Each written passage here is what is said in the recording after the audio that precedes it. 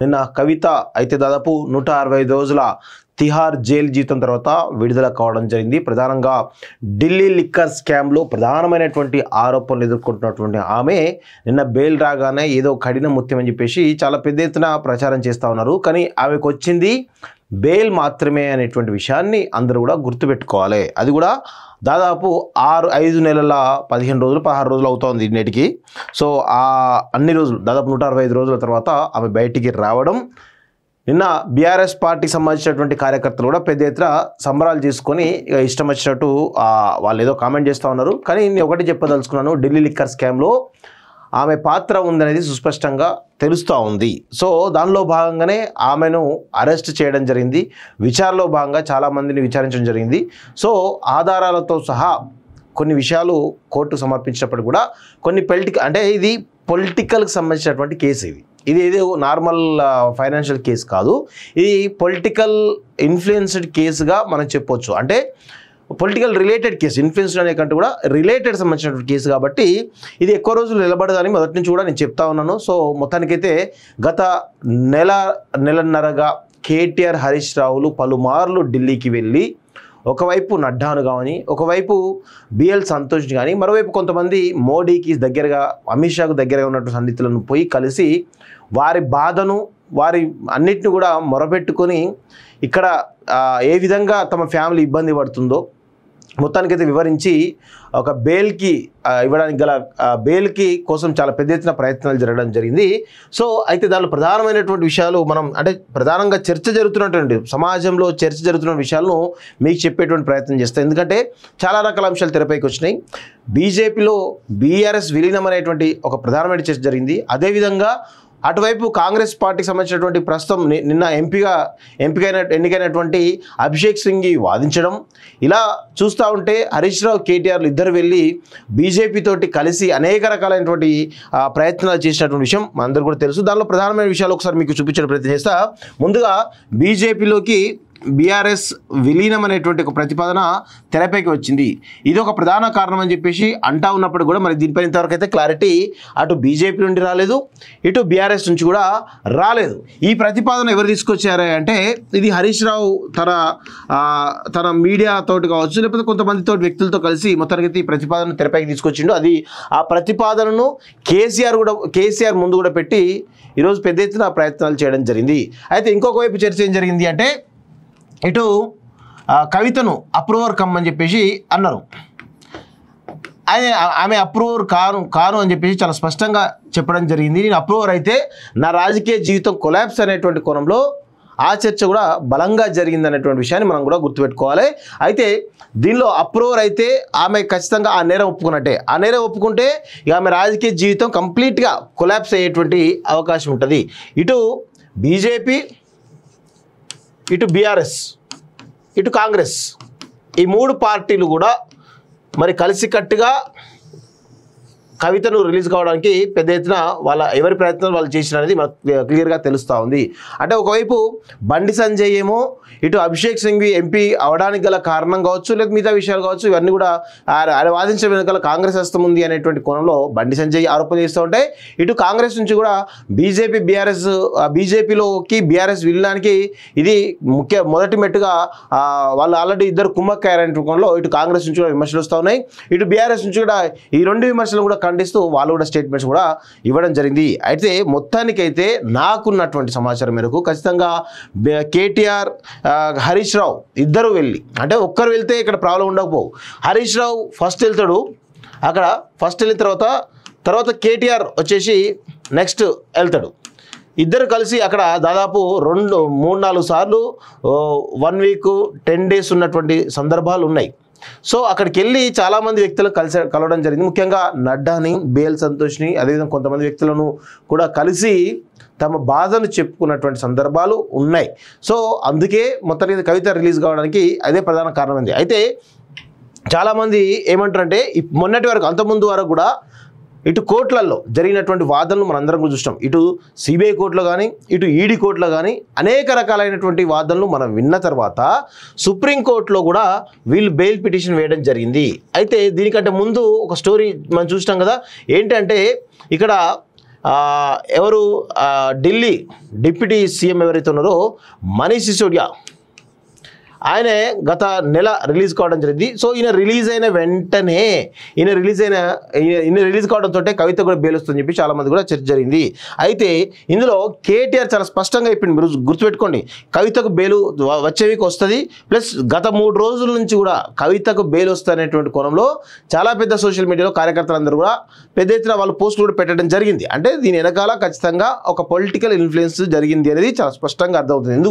ఎందుకంటే ఇక్కడ మీరు చూడండి, సుప్రీంకోర్టులో ఇటు నిందితురాలి సైడ్ నుంచి ఒక లాయర్ వాదిస్తాడు, అదేవిధంగా ఇంకొక సైడు ఈడీ అండ్ సిబిఐ నుంచి కావచ్చు, వీళ్ళిద్దరి ఇండివిజువల్గా వీళ్ళ సైడ్ నుంచి ఒక అడ్వకేట్ వాదిస్తాడు. ఎప్పుడైతే వీళ్ళిద్దరి సైడ్ అడ్వకేట్స్ ఎవరైతే ఉన్నారో, ఈ అడ్వకేట్ కనుక స్ట్రాంగ్గా వాదించి ఈ అడ్వకేట్ కనుక వీక్గా వాదిస్తే ఖచ్చితంగా ఇది ఒక పొలిటికల్ మ్యానిపులేట్ అయినటువంటి కేసుగా మనం చెప్పొచ్చు. అదే ఇది చాలా క్లియర్గా, ఇది ఎవరికి తెలియదు వాస్తవంగా. ఇది తెలియక పాపం బెయిల్ వచ్చేసింది, కావాలని వచ్చేసిందని అందరూ అనుకుంటారు, కానీ కావాలని రాలేదు. ఇది కంపల్సరీ సుప్రీంకోర్టులో తీర్పు వచ్చిన మాట వాస్తవం. అయితే ఈడీ కోర్టులలో, అదేవిధంగా సిబిఐ కోర్టులలో, అదేవిధంగా ఢిల్లీ కోర్టులలో, స్పెషల్ కోర్టులలో, అన్ని కోర్టులలో కూడా చాలా సీరియస్గా వాదించేటువంటి అడ్వకేట్లు ఎవరు, ఈడీ సిబిఐ సంబంధించిన అడ్వకేట్లు ఎందుకు సుప్రీంకోర్టులో పేలవంగా వాదించారు? ఇది కదా అసలు పాయింట్. అందుకే ఇది పొలిటికల్గా ఇన్ఫ్లుయెన్స్ అయినటువంటి కేసు కాబట్టి ఎప్పుడైనా దీన్ని మేనేజ్ చేయడానికి అవకాశం ఉంటుంది.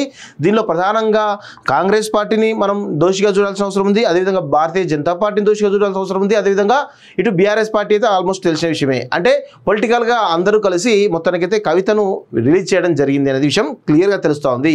ఇదేదో కవిత మీద కోపంతో ఇంకా దేని మీదనో చేస్తలేం, ఇది జరిగినటువంటి ఫ్యాక్ట్స్ను మేము ఉంచేటువంటి ప్రయత్నం చేస్తూ ఉన్నాను. ఇది కొంతమందికి డైజెస్ట్ అవ్వచ్చు, అవ్వకపోవచ్చు, కానీ జరుగుతున్నటువంటి చర్చ అదే. ఎందుకంటే ఒకసారి మీకు ఒక పేపర్లో స్వేచ్ఛలో రావడం జరిగింది, చూడండి ఒకసారి. ఢిల్లీ డీల్స్, పేలుతున్న డైలాగ్స్.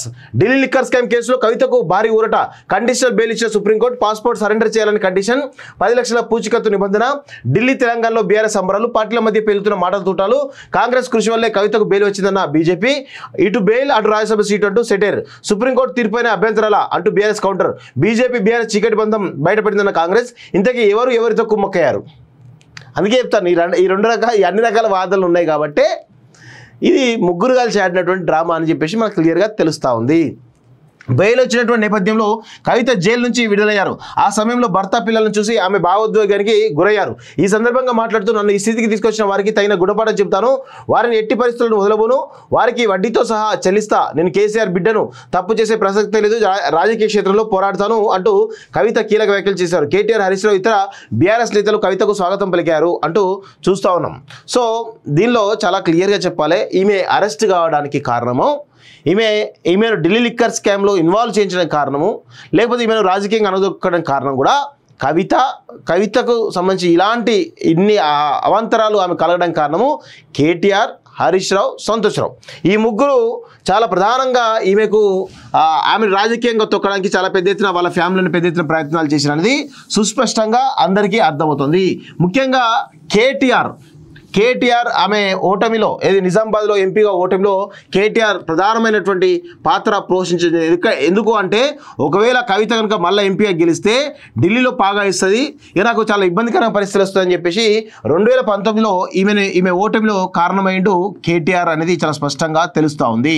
అదే ఇక్కడ మళ్ళీ ఎవరు అంటే తనకు సంబంధించినటువంటి ఎవరైతే ఎమ్మెల్యేలు కొంతమంది అనుచరులరో బానిసలరో వాళ్ళతో కలిసి వాళ్ళే అంటే చాలామంది మీరు ఆనాడు 2019లో కూడా ఈమె ఓడిపోతే ఒక 3 ఎమ్మెల్యేలు పార్టీ వేసుకున్నారట అర్ధరాత్రి, ఫామ్ హౌస్లో. ఆ విషయం కూడా అందరికీ తెలిసింది బయట. అంటే ఎందుకు బీఆర్ఎస్ ఎమ్మెల్యే ఎవరు ఆదేశానుసారం ఆమె ఓటమికి కారణమయ్యారు?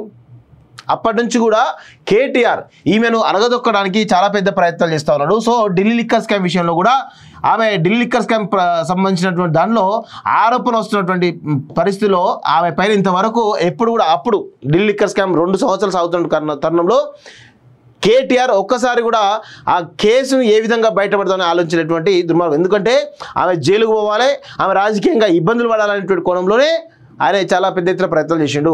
ఇటు హరీష్ రావు కూడా అదే విధమైన ప్రయత్నం, ఆయన కూడా ఈమె ఎదిగితే, ఎందుకంటే హరీష్ రావు కేటీఆర్ను అధిగమించి రాజకీయం చేయగలడు. హరీష్ రావు అనేటువంటి వ్యక్తి ఏదో మనం అనుకుంటాం, కానీ ఆయన వెనకాల ముందున్నటువంటి తెర ముందు కనిపించేటువంటి వ్యక్తి వేరు, తెర వెనుక కనిపించే కుట్రలు, ఆయన చేసే కుట్రలు కూడా వేరుంటాయి. సో కేటీఆర్ని రాజకీయంగా ఆయన దాటుకొని ముందుకు పోయేటువంటి అవకాశం ఉంటుంది, కానీ కవితను దాటుకొని ముందుకు పోయేటువంటి అవకాశం హరీష్ రావుకు లేదు అనేటువంటి విషయం గుర్తుపెట్టుకోవాలి. అందుకే తనకి ఎక్కడ భవిష్యత్తులో ఎక్కడ తన కాంపిటీషన్ అవుతుంది అనే ఉద్దేశంతో ఈయన కూడా ఆమె ఢిల్లీ లిక్కర్ స్కామ్లో ఆమె పాత్రను ఆమె పోవడానికి ప్రధానమైన కారణం అవడం జరిగింది. అదేవిధంగా సంతోష్ రావు, ఇక ఆయననే మెయిన్, ఇక ఈయననే అసలు సూత్రధారి, ఈ ఢిల్లీ లిక్కర్ స్కామ్కు సూత్రధారి ఈయననే. ఎందుకు అంటే ఇక్కడ టానిక్ కావచ్చు, లేదంటే లిక్కర్ మార్ట్లు మనకు చూస్తూ ఉన్నాం కదా, చాలా పెద్ద ఎత్తున హైదరాబాద్లో చాలా ఉంటాయి లిక్కర్ మార్ట్లు. ఇవి అన్నిటినీ కూడా ఇక్కడ హైదరాబాద్లో వీటన్నిటికీ ప్రధానమైనటువంటి సూత్రధారి హరీష్ రావు, సంతోష్ రావు, ఈయననే పార్ట్నర్.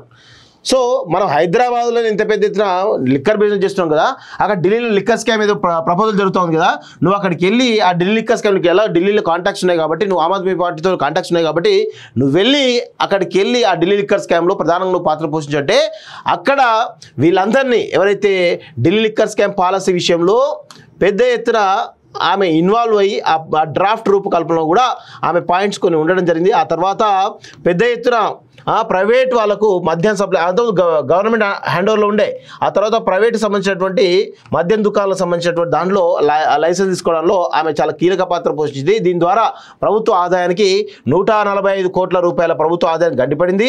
అదేవిధంగా వీళ్ళపైన ఉన్నటువంటి ట్యాక్స్ను కూడా పెద్ద ఎత్తున కొన్ని వందల కోట్ల రూపాయలు కూడా మాఫీ చేయడం జరిగింది, అది కూడా కరోనా పేరిట. సో ఇట్లా అనేక రకాలైనటువంటి ఆరోపణలు వస్తున్నటువంటి నేపథ్యంలో 2022లో ఈ యొక్క పాలసీ పైన ఆనాడు ఎవరు ఢిల్లీ లెఫ్టినెంట్ గవర్నర్ సిబిఐకి ఫిర్యాదు చేయడం జరిగింది. ఢిల్లీ లిక్కర్ పాలసీలో పెద్ద ఎత్తున అక్రమాలు, అవినీతి జరిగింది, విచారణ చేయమని చెప్పేసి ఆదేశాలు జారీ చేయడంతో దానికంటే ముందే ఢిల్లీలో ఈ లిక్కర్ పాలసీని రద్దు చేయడం జరిగింది. ఒకవేళ నిజంగా లిక్కర్ పాలసీని కనుక నిజంగా వాళ్ళు స్కామ్ జరగకపోతే లిక్కర్ పాలసీ ఎందుకు రద్దు చేస్తారు? చేయలేరు కదా. అయితే ఇందులో ప్రధానంగా నేను మొదటగా అంటే ప్రధానమైనటువంటి తెలుగు మీడియా ఈ ఢిల్లీ లిక్కర్ స్కామ్ తెరపైకి తీసుకురాకముందే మొట్టమొదట కథనంలో నేను చెప్పడం జరిగింది, ఇక్కడ ఉన్నటువంటి ఒక మహిళ కీలకమైనటువంటి నాయకురాలు ఆప్కు ఫండింగ్ ఇచ్చింది, ఢిల్లీ లిక్కర్ స్కామ్ విషయంలో దాదాపు 100 కోట్ల రూపాయల ఫండింగ్ ఇచ్చిందని చెప్పేసి నేను చెప్పడం జరిగింది. 300 కోట్లు అని చెప్పిన, పంజాబ్ ఎలక్షన్స్ కోసం 300 కోట్ల రూపాయలు ఫండింగ్ ఇవ్వడం జరిగింది, ఇక్కడ నుంచి పోయినాయని చెప్పేసి, అది కూడా దానికి కారణం 10,000 కోట్ల కుంభకోణం ఢిల్లీలో మధ్య కుంభకోణం జరిగింది అని చెప్పేసి కూడా ఆనాడే రిపోర్టింగ్ చేయడం జరిగింది. సో సౌత్ గ్రూప్కు సంబంధించి క్లియర్గా ఆమె ఇన్వాల్వ్మెంట్ ఉందనేది ప్రజలందరూ కూడా తెలిసింది. సరే, వాళ్ళకు కోర్టు కావాల్సింది ఎవిడెన్స్లు, ఆధారాలు మాత్రం కావాలి. ఆధారాలు లేకుండా వాళ్ళు ఎట్టి పరిస్థితుల్లో జడ్జిమెంట్ కూడా ఇవ్వరు. అది కూడా బెయిల్కి సంబంధించిన దానిలో చాలా కొన్ని లూప్ హోల్స్ ద్వారా బెయిల్ రావడానికి చాలా అవకాశాలు ఉంటాయి. అది జనరల్గా బెయిల్ 14 రోజులు, నెల రోజులు, 2 నెలల్లో ఖచ్చితంగా వస్తుంది. కానీ ఈ కేసులో ఈడీకి సంబంధించినటువంటి మనీ లాండరింగ్ కేసు కాబట్టి అందుకే అన్ని రోజులు జైల్లో ఉండడం జరిగింది. సో మొత్తానికైతే జైలు జీవితం గడుపుకొని కవిత మొత్తానికైతే ఈరోజు మధ్యాహ్నం 2 గంటలకు హైదరాబాద్కు తిరిగి రానుంది. సో మనం పెద్దగా దాన్ని పట్టించుకోవాల్సిన అవసరం లేదనేది నా యొక్క అభిప్రాయం. ఎందుకంటే ఆమె చేసింది పెద్ద ఘనకార్యం ఏం కాదు, అది ఒక ఢిల్లీ లిక్కర్ స్కామ్ సంబంధించినటువంటి స్కామ్లో ఇన్వాల్వ్ అయింది. ఇన్వాల్వ్ కాకపోతే అన్ని రోజులు జైల్లో ఉండడానికి అవకాశం లేదు. ఎందుకంటే సిబిఐ కానీ ఈడీ కానీ ఈ యొక్క కేంద్ర దర్యాప్తు సంస్థలు వీటి యొక్క క్రెడిబిలిటీ పోతుంది. కొంచెం అటు ఇటు అయినా కానీ క్రెడిబిలిటీ మొత్తం కూడా పోతుంది. తప్పుడు కేసు పెట్టి ఆరోపణలు చేస్తా అంటే కుదరదు. ఎందుకంటే పొలిటికల్గా కొన్ని సిచ్యువేషన్స్లో వాళ్ళకు బీజేపీకి కావాల్సిన అవసరాలు బీఆర్ఎస్ కావాల్సిన అవసరాలు బీజేపీ కావాల్సి తీర్చుకోవడానికి కొన్ని మ్యానిపులేషన్ జరుగుతూ ఉంటాయి. అందులో తప్పే, అందులో అది రొటీన్గా జరిగేటువంటి పొలిటికల్ ప్రక్రియ, దానిలో భాగంగా అయిందని అనుకోవచ్చు కూడా. కానీ దానిలో ఆమె పాత్ర లేదు అని అంటున్నారు. ఆమెకు వచ్చింది బెయిల్ మాత్రమే అనేటువంటి విషయాన్ని గుర్తుపెట్టుకోవాలి. అందరూ కూడా బెయిల్ మాత్రమే వచ్చింది, అందులో ఆ కేసులో నిర్దోషిగా ఆమె బయటికి రాలేదు అనేటువంటి విషయాన్ని అందరూ కూడా గుర్తుపెట్టుకోండి. ఇది ఢిల్లీ లిక్కర్ స్కామ్ సంబంధించినటువంటి కీలకమైనటువంటి విషయం. అంటే లేటెస్ట్ అప్డేట్స్ ఏం జరుగుతున్నాయో, అంటే ఈ గత కొన్ని రోజులుగా ఏం జరిగింది, ఏంటి, హరీష్ రావు పాత్ర ఏంది, కేటీఆర్ పాత్ర ఏంది, వీళ్ళిద్దరు ఎందుకు ఢిల్లీ వెళ్ళరు, అసలు సంతోష్ రావు ఎందుకు పోలేదు. ఇక్కడ ఢిల్లీ లిక్కర్ స్కామ్లో ప్రధానంగా సంతోష్ రావు యొక్క ప్రేరేపితం లేకుంటే సంతోష్ రావు ఎందుకు ఢిల్లీ పోలేదండి? ఖచ్చితంగా ఢిల్లీ లిక్కర్ స్కామ్లో సంతోష్ రావు పాత్ర కూడా ఉన్నది అనేది అందరికీ తెలుసు. ఎందుకంటే ఆయనకు సంబంధించిన వ్యక్తులే, అభిషేక్ బోయినపల్లి అనే వ్యక్తులు కావచ్చు, కొంతమంది వ్యక్తులు ఎవరుతున్నారో వీళ్ళందరూ కూడా సంతోష్ రావు సంబంధించినటువంటి మనుషులు. వీళ్ళందరూ కూడా కవిత అటాచ్ చేసింది సంతోష్ రావు అనేటువంటి విషయాన్ని మనకు తెలుస్తూ ఉంది. మరి సంతోష్ రావు ఇంత పెద్ద ఎత్తున అందరు క్యాడర్, ఎమ్మెల్యేలు, కేసీఆర్, కేటీఆర్, అందరు మహిళలు, మాజీ ఎమ్మెల్యేలు, ప్రస్తుత ఎమ్మెల్యేలు అందరూ కూడా పోయిన దాదాపు వేలాది మంది నిన్న ఢిల్లీకి వెళ్ళి ఆమెకు స్వాగతం పలికారు. మరి సంతోష్ రావు ఎందుకు పోలేదు? నిన్న అక్కడ ఉన్నారు, మీరు చూస్తున్నారు, మీ విజువల్స్ అయితే చూసారు కదా. హరీష్ రావు ఉన్నాడు, కేటీఆర్ ఉన్నాడు, వాళ్ళ కవిత భర్త ఉన్నాడు అనిల్, కవిత వాళ్ళ కొడుకు, పెద్ద కొడుకు ఉన్నాడు, కౌశిక్ రెడ్డి లాంటి వాళ్ళు ఉన్నారు, అందరు ఉన్నారు, ఎమ్మెల్యేలు అందరు ఉన్నారు. అందరున్నాక సంతోష్ రావు ఎందుకు లేడు? అంత హడావుడి జరుగుతున్న ప్రయత్నంలో సంతోష్ రావు ఎందుకు లేడు? సంతోష్ రావుని ఈ కుటుంబం వెలివేసిందా? కేసీఆర్ కుటుంబం, కల్వకుంట్ల కుటుంబం వెలేసిందా? ఏం జరుగుతోంది వాళ్ళ కుటుంబంలో? లేకపోతే ఢిల్లీ లిక్కర్ స్కామ్లో నా వల్లనే ఈమె జైలుకు పోయింది కాబట్టి పశ్చాత్తాపంతో బాధపడుతూ పోలేదా? లేకపోతే తన కుట్ర ఎక్కడ బయటపడుతుందో అనే ఉద్దేశంతో ఆయన పోలేదా? ఇవన్నీ కూడా కారణాలు తెలియాల్సిన అవసరం ఉంది. వీళ్ళందరూ కూడా తెలంగాణను గత 10 ఏళ్ళు రాక్షసుల్లాగా రక్తం దాగిర్రు. మొత్తం తెలంగాణ ప్రజల రక్తం దాగిర్రు వీళ్ళంతా కూడా. వీళ్ళు చేయని అవినీతి లేదు, చేయని స్కామ్ లేదు, వాళ్ళు ముట్టుకొని ఆ అంశం లేదు. ప్రతి అంశంలో కూడా డబ్బుల ద్వారా అనేక వందల వేల కోట్ల రూపాయలు, వేల ఎకరాల భూములు సంపాదించారు ఈ కల్వకుంట్ల కాలకేలంతా. అందుకే నేను వీళ్ళ కల్వకుంట్ల కాలకేలు ఎందుకు అంటా ఉంటానంటే, వీళ్ళు జనరల్గా ప్రభుత్వ అధినేతలు, మంత్రులు వీళ్ళందరూ ఎవరైతే ఉంటారో వాళ్ళ అవసరాల కోసం కొన్ని చిన్న స్కాములు చేస్తారు. అందులో అది రొటీన్ ప్రక్రియ. కానీ వీళ్ళు తెలంగాణను మొత్తంగా నిట్ట నిలువున దోచుకున్నటువంటి దొంగలు వీళ్ళంతా కూడా. ఇట్లాంటి పరిస్థితుల్లో వీళ్ళని ఎందుకు మనం క్షమించాలని అడుగుతా ఉన్నాం తెలంగాణ సమాజాన్ని. వీళ్ళని క్షమించేదే లేదు, క్షమించొద్దు కూడా. ఈరోజు ఈ ప్రధానమైన చర్చ అంతా కూడా ఇవాళ, రేపు, ఎల్లుండి మొత్తం చర్చ అంతా కూడా కవిత చుట్టే తిరుగుతుంది. రాసి పెట్టుకోండి. ఇలా ర్యాలీగా వస్తుంది, ఇక రేపటి నుంచి ఆమె మీద ప్రధానమైన కథనాలు వస్తూనే ఉంటాయి, ఏదోటి ఆమె స్టేట్మెంట్స్ ఇస్తుంది, అన్నీ జరుగుతూనే ఉంటాయి. 2-3 రోజులు చర్చ అంతా కూడా కవిత చుట్టే, మీడియా అంతా అటెన్షన్ గ్రాబింగ్ అంతా మీడియా చుట్టే ఉంటుంది అనేది గుర్తుపెట్టుకో. ఈ సందర్భంగా నేను తెలంగాణ సమాజానికి ఒకటి విన్నవిస్తా ఉన్నాను. వేర్ ఈజ్ సంతోష్ రావు? సంతోష్ రావుని ఎక్కడ ఉన్నాడు? ఎందుకు ఢిల్లీకి పోలేదు? ఎందుకు కవిత రిసీవ్ చేసుకోలేదు అంటే, ఖచ్చితంగా సంతోష్ రావు అనేటువంటి వ్యక్తి ఈ ఢిల్లీ లిక్కర్ స్కామ్లో పాత్ర పోషించడానికి ప్రధానమైనటువంటి కారణం అదే. ఈమె ఎన్ని రోజులు, దాదాపు 160 రోజుల పాటుగా ఆమె జైల్లో ఉండడానికి కారణమే సంతోష్ రావు అనేటువంటి విషయాన్ని గుర్తుపెట్టుకోవాలి. దానికి సపోర్ట్గా కేటీఆర్, హరీష్ రావులు కూడా వీళ్ళంతా గూడుపుటాని అయి ఆమెను రాజకీయంగా బొందబెట్టే ప్రయత్నం చేశారు. ఇది నేను చెప్తున్నటువంటి మాట కాదు, త్వరలో మీకే విషయాలన్నీ కూడా తెలుస్తాయి. ఎందుకంటే నేను జాగృతిలో పనిచేసిన, నేను బీఆర్ఎస్లో తెలంగాణ ఉద్యమంలో చాలా కీలకంగా పనిచేసిన, అదేవిధంగా వీళ్ళందరితోటి, కేటీఆర్ తోటి, కేసీఆర్ తోటి, హరీష్ రావు తోటి అందరితో కూడా పనిచేసిన కాబట్టి అక్కడ జరుగుతున్నటువంటి ప్రతి విషయం కూడా నాకు ఏదో విధంగా సోర్స్ ద్వారా నాకు వస్తుంది. అందుకే తెలంగాణ మొన్న అసెంబ్లీ ఎలక్షన్ ముందు వరకు కూడా ప్రధానమైనటువంటి చాలా పెద్ద కథనాలు కూడా నేను చేయడం జరిగింది. ఎందుకు చేశానంటే నాకు వచ్చేటువంటి ఇన్ఫర్మేషన్ సోర్స్ అనేది అంత పర్ఫెక్ట్గా వస్తుంది. వీళ్ళ ఫ్యామిలీలో పచ్చగడ్డేస్తే బగ్గోడంత ప్రయత్నం జరుగుతుంది. ప్రస్తుతం కేటీఆర్ వర్సెస్ హరీష్ రావు ఆధిపత్య పోరు నడుస్తుంది కదా. రేపటి చూడండి, కేటీఆర్ వర్సెస్ హరీష్ రావు వర్సెస్ కవిత పోరు ఎంత బలంగా ఉంటుందో చూడండి. కొన్ని రోజులు, ఒక 6 రోజులు 10 రోజులు ఆమె రెస్ట్ తీసుకుంటుంది. తర్వాత మళ్ళీ రాజకీయంగా ఖచ్చితంగా ఆమె చాలా బలంగా ముందుకు వస్తుంది. రాసి పెట్టుకోండి. ఇది కవితకు సంబంధించినటువంటి ఢిల్లీ లిక్కర్స్కి సంబంధించినటువంటి అప్డేట్.